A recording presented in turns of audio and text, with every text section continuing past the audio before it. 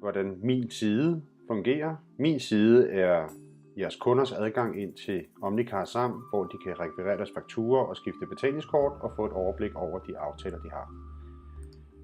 Jeres kunder logger altid på samme URL-adresse som den, som I bruger, når I logger på Omnicar Sam, men logger ind med deres eget e-mailadresse. I det her tilfælde har jeg selv privat kunde hos en bilforhandler og har min egen private e-mail her. Og første gang jeg logger på min side, skal jeg gå ned og trykke på glem adgangskode og få rekvireret adgangen til at kunne sætte mit password.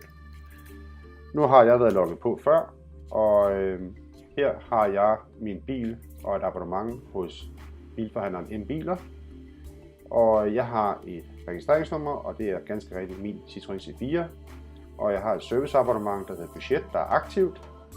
Her kan jeg se detaljerne over min serviceaftale. Jeg kan rekvirere abonnementet i PDF og se betingelserne i PDF. Jeg kan skifte mit betalingskort. Hvis det er et, der er udløbet eller der er spærret, så kan jeg tilføje et nyt kort og dermed fortsætte mine betalinger. Og jeg kan rekvirere mine fakturer herover på under fakturer og rekvirere dem i PDF ligeledes.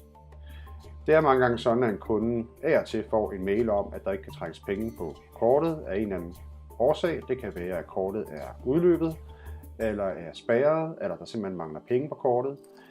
Ja, mangler penge på kortet er jo ganske enkelt. Der skal kunden jo overføre noget til den konto. Men er det spærret eller udløbet, så bliver kunden bedt om via den mail, der genereres automatisk om Omnicar Sam, om at gå ind på min side og udskifte sit kort med et gyldigt.